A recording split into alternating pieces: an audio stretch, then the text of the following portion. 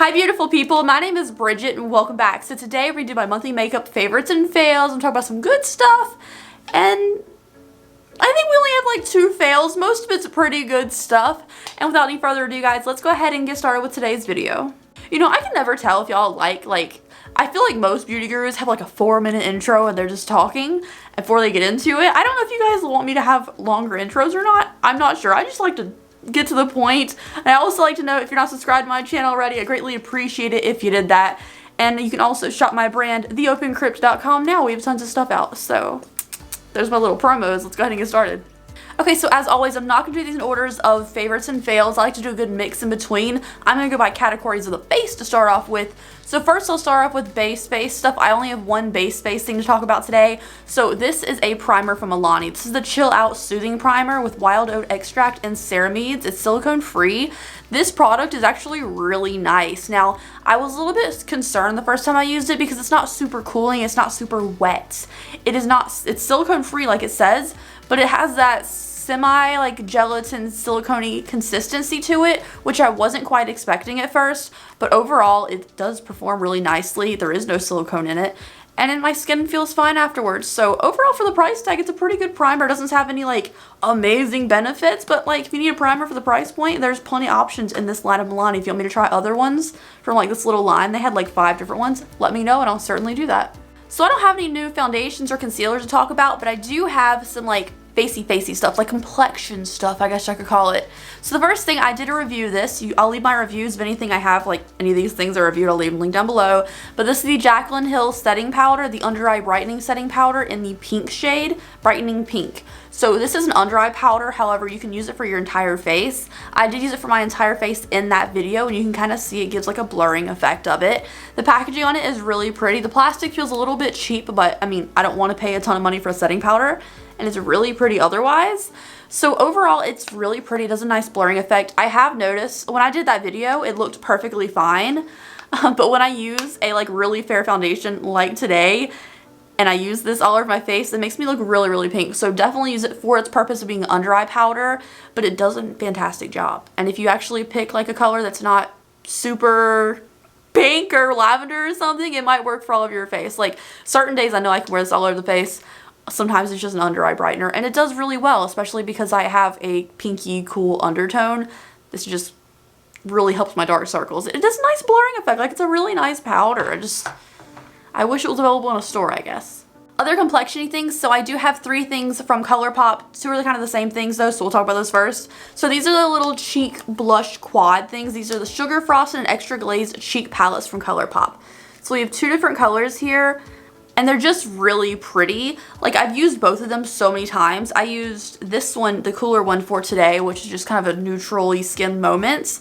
So both of these are really pretty. I could do without having a like cream, like these Super Shock highlighter shades in my powder product. I could kind of do without that because I feel like it's going to get all mixed in. I don't really like mixing those things without like a cover on it.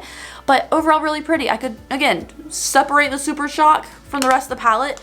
But these blush palettes are super pretty, and the colors are different enough where you know they're different tones. But they're also close enough where you can just mix different shades together, and that's my favorite thing to do with a blush palette. I'll mix like 3 different shades together, and they're really nice, and they're super compact. So, and I don't have to open the cover to see what colors it has because there's, you know, they're clear, which is really helpful. Like it seems like an overthought, but when you have so many palettes that are the exact same, like from the same brand and everything, seeing through them makes it so much easier to pick out which one you want. Like I have a couple of those Color FX like blush things, those little blush duos.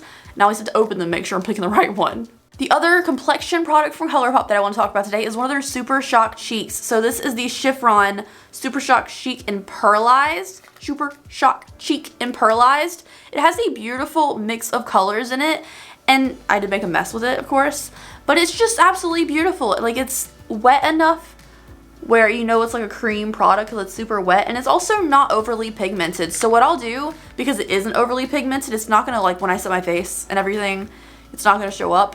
Or like on my cheeks, the blush, it'll show up, but it only shows up when I put it in between my highlight and my blush area. It just kind of livens up my face a little bit. Again, more on the sheer side, but when I'm not doing a super like colorful setting powder, I can see a little bit of something coming through. It actually has a little bit of glitter in it, which I don't mind.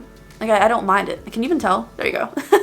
But it's really cute. I've been trying to use more like cream products, I guess, and this is one that I quite enjoyed because it was really easy to blend out. Some cheek products I find out are either too pigmented and I feel like I'm messing up and I have to fix it, or they don't blend out at all. So finding ones that are and they're more on the wet side but not overly wet is very helpful. That was my phone, I'm sorry.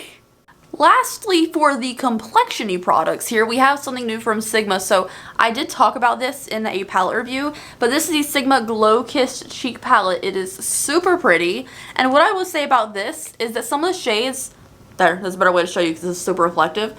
Some of the shades I thought would be too dark for me, but mixed in with other shades, they actually are not. They're really nice, and I feel like they would really look beautiful on anyone with a deeper skin tone, like, or a medium skin, probably a medium skin tone, just because they're not the deepest in the world.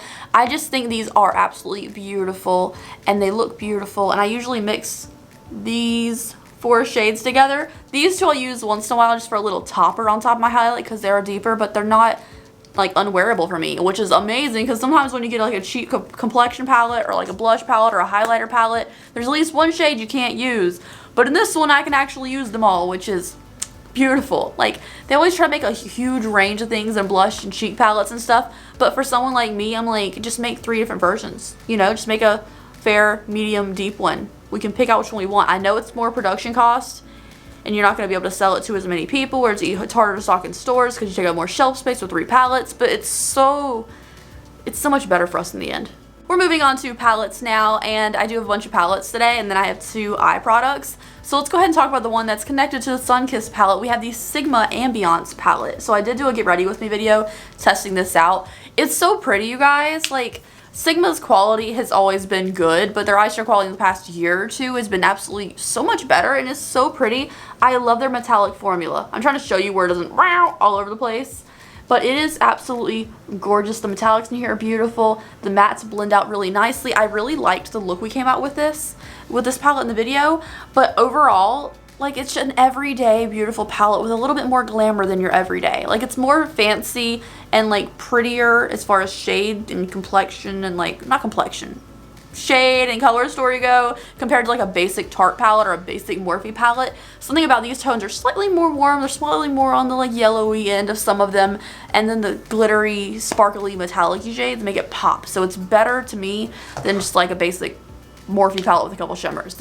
It pops a little more, gives you a little more glamour. So this was one thing you guys did not expect me to review, but I did anyways. The video came out really cute. So this is the Malibu Barbie in Colourpop palette. I was skeptical of this first, you guys, because I was thinking pure when I thought of Barbie, because I'm like, how many people have to do the Barbie thing? But it's adorable, you guys. It's so cute. Also, the mirror is super cute. I put it on my couch, so if I ever have something in my eye, or I feel like there's something in my teeth, I can look at it without having to get off the couch. And it's tiny too, so it's what I do. But this is the Barbie palette. The cover on it's really pretty, but the inside color scheme is just so precious. It's so precious. Like, I would never use pinks and blues on a daily basis. Like, it's not my vibe, but if I wanted to, these are really pretty. The shimmers in this palette are absolutely adorable. And like the yellows, not my favorite in the world, but it works. And like for the price point and how cute it is, like if you need it in your life, you need it in your life. If you don't, we all have rainbow palettes. Like, it's not a necessary purchase, but it's pretty cute. Next up, another thing I reviewed. I reviewed almost all of these things, but this is the Prince collection with Urban Decay. So I did a look with this palette. The purple one came broken, so I repressed it and I didn't use it in that video, but I did use this one. And I must say, it's cute. I like the packaging on it and everything, but it doesn't feel $55 to me. So this is the inside of the palette, as we know. I mean, it's cute. I honestly think this color scheme is like a color scheme other than the purple shade that I would use all the time. Like, it's something I'm very familiar with. Yellows, neutrals, grays, and a little bit of like an auburn kind of red color. I think it makes sense. A lot of the comments on that video said this is the colors that Prince would wear. Yes, he loved purple, so they made a purple palette too, but these are the colors that he would actually wear on his eyes, which made a lot of sense to me. And I thought the quality was good, but not $55 good, you know? Next up, I did review this, and I'm not sure if you're seeing that video after or before this. I don't know. My video schedule's all over the place. But this is the Exorcism and Chill palette from Baddie and Bruja. I guess I'll definitely have to put that video out before you see this one, because it's spoiler alert. So This is the Exorcism and Chill palette. I thought the name was so clever. If you guys know my brand, you know I have a Netflix and Kill blanket and a sticker. And like, I love the Netflix and Kill kind of thing. So I thought Exorcism and Chill would be a really cool thing to test out and support an indie brand. So I did. In the review, I did not like the look until the end. Then it kind of came together for me with the lashes on and everything. So here is the Exorcism and Chill palette. I just think it's really pretty. The palette is not the most amazing quality in the world. It does its job. They're pigmented, you can get a good look out of it, but it's not outstanding, amazing, powdery, beautiful, buttery, anything like that. But it works and the theme is there. So for me, I think it's a win, especially for $15. Like, I'll take it. Last palette we're gonna talk about today, we got in an Ipsy X. We got an Ipsy X. I bought that box this month. It was $50. It was a lot. But this is the One Size Beauty Patrick Star Visionary palette. Patrick Star Visionary palette. He named the palette after himself, even though it owns the brand. But this is the palette itself. I know people tell me in the comment section it's for people with long nails. I don't like that this is offset. I don't like that this is offset. It's weird to me. I don't like that. But the color scheme on the inside of the palette is really pretty. So that's what I used today for this like little just open eye, open wing moment on my eyes, which is something really small. But I thought it was really good quality. I haven't tested the blue or this gray shimmer yet, but everything else I've used, like a lot of the neutrals, is really pretty. I've used it like 4 times so far, and I quite enjoy. They're very soft, fluffy mattes, and they blend out beautifully. Like, especially when you use like these, let's see, these 3 shades and this one, like, they blend together so nicely because they're like an off tone, but they're close enough where it just friendship on the eyes over there. Also, I have a friend. Would you like to see my friend? My friend, Mr. Noodle Boy? This is the Anubis. We call him Noodle Boy because he's kind of a doof. Him kind of a doof boy. But he's a sweetheart, and I think he just woke up for a nap and just got in my lap. He likes to be involved in everything, even if he doesn't know what to do. But he's a sweet boy. You mean sweet boy? Say him a sweet boy, mommy. Lastly, to finish up the video today, I do have 2 eye products that are not eyeshadow palettes. So firstly, we have one of the cream gel liners from the So Lovely collection. It's So Very Lovely collection from Colourpop. I haven't tested the palette out yet, so that's why it's not in this monthly favorites review. But this is the Lattice, Lattice, I think that's how you say that word, cream pencil, which is like a metallic-y shimmery shade. Now, swatched out, it looks fine, like you can see that. In my waterline, this would not show up to save my life. It did not work. It was nowhere to be seen. I even like scrubbed it in there. I like wiped it off to see if like maybe my eye got it wet. It did not. I kept scrubbing it in there. It did not work. I had to cover up with other nude liners. That does not work whatsoever. Do not get that liner. A liner that did work for me was from the Prince collection. There were both of them, and they were both the Prince pencil liners from Urban Decay.